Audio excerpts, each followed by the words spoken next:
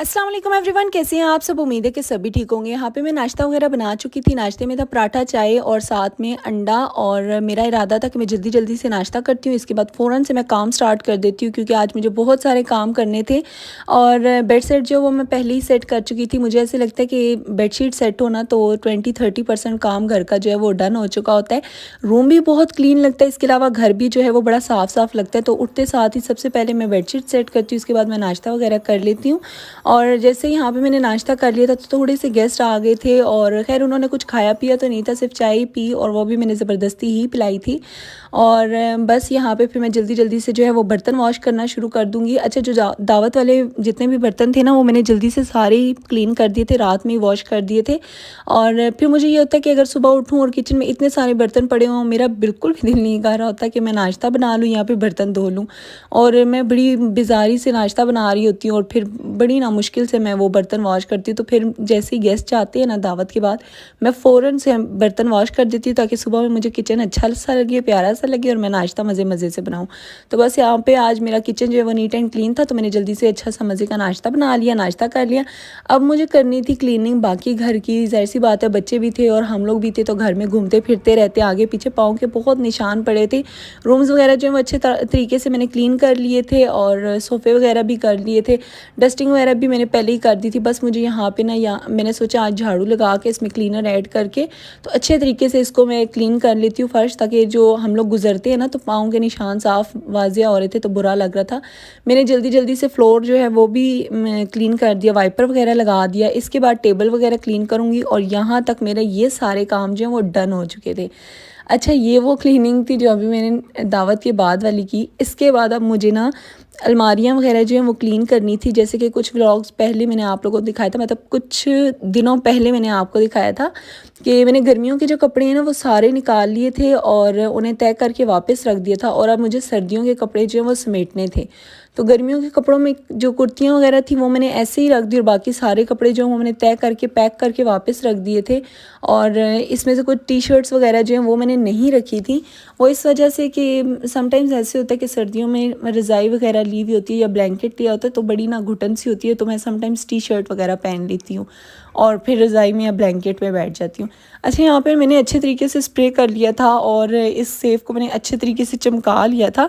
फिर मैंने जैसे ही देखा तो मुझे इसमें इतनी सारी डस्ट फंसी हुई नज़र आई। मैंने सोचा अब मैं वैक्यूम क्लीनर लेके आऊँ, उसकी फ़िक्सिंग करूँ और फिर मैं इसको क्लीन करूँ। तो इससे बेहतर है कि मैं हेयर ड्रायर लगाती हूँ और उसकी हवा से जो इसकी डस्ट है ना वो निकल आएगी। और ऐसा ही हुआ, मैंने स्पीड में लगा लिया था हेयर ड्रायर और उसकी जो जितनी भी ये साइड में डस्ट वगैरह थी ना अलमारियों में, ये निकल आई थी। और जो मैंने ऊपर इतनी मेहनत की थी ना वो सारी मेहनत मेरी ज़ाया गई। मुझे दोबारा से फिर से सारी क्लीनिंग करनी पड़ी।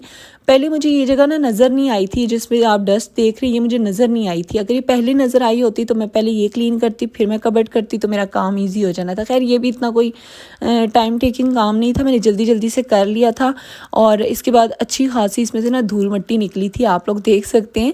और फिर इसको मैंने अच्छे तरीके से क्लीन किया। और अब जो मेरी टी शर्ट्स वगैरह मैंने बताया ना कि मैंने नहीं रखी और कुछ शर्ट्स वगैरह वो मैंने ना जल्दी जल्दी से यहाँ पे हैंग कर दी। साथ में मैंने कुछ फ्रॉक्स वगैरह निकालनी थी, ये मैंने प्रेस कर ली थी और ये भी मैं साथ साथ रख रही थी सेफ में ही।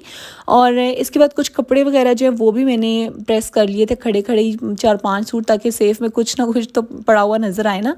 तो यहाँ पे ये कपड़े वगैरह भी मैं हैंग कर दूँगी। 4-5 तो नहीं, आई थिंक 8-9-10 होंगे।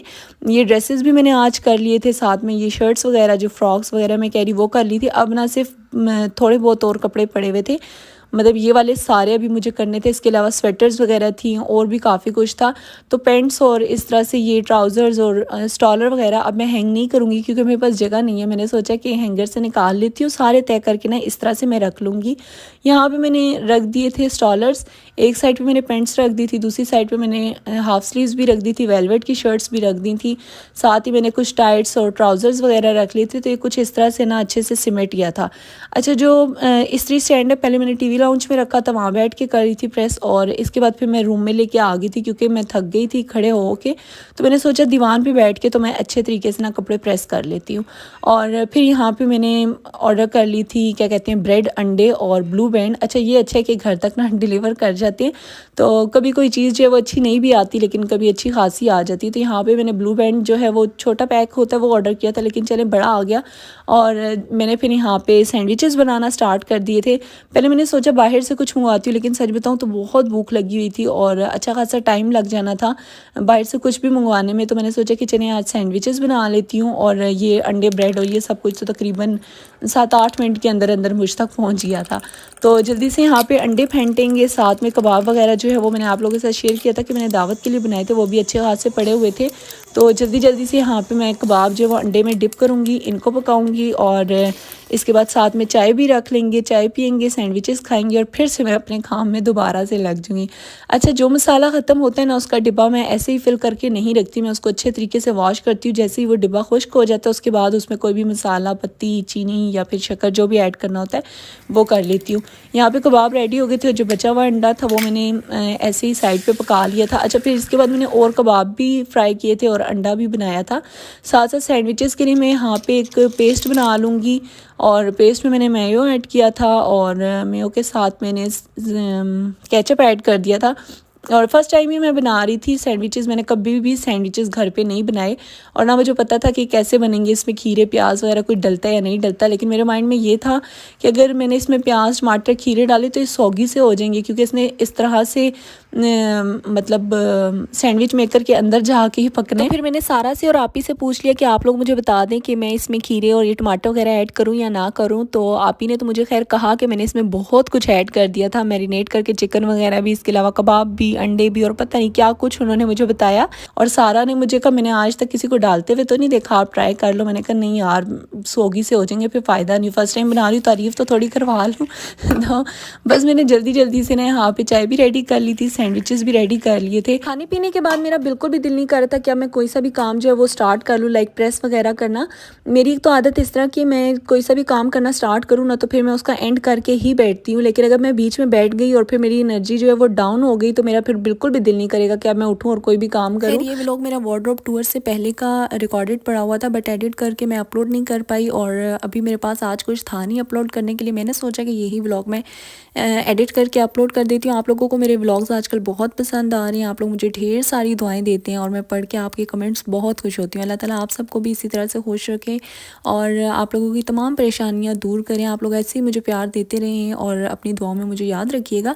बस यहीं तक था आज का मेरा व्लॉग। पसंद आए तो लाइक कर दीजिएगा, शेयर कर दीजिएगा, सब्सक्राइब कर दीजिएगा। और अगर किसी ने मेरा वार्डरोब टूर नहीं देखा जो कि मैंने इस व्लॉग के बाद रिकॉर्ड किया था तो वो भी जाके देख लीजिएगा। मिलूंगी नेक्स्ट व्लॉग में, अपना ख्याल रखिएगा, मुझे दुआओं में याद रखिएगा। अल्लाह हाफिज़।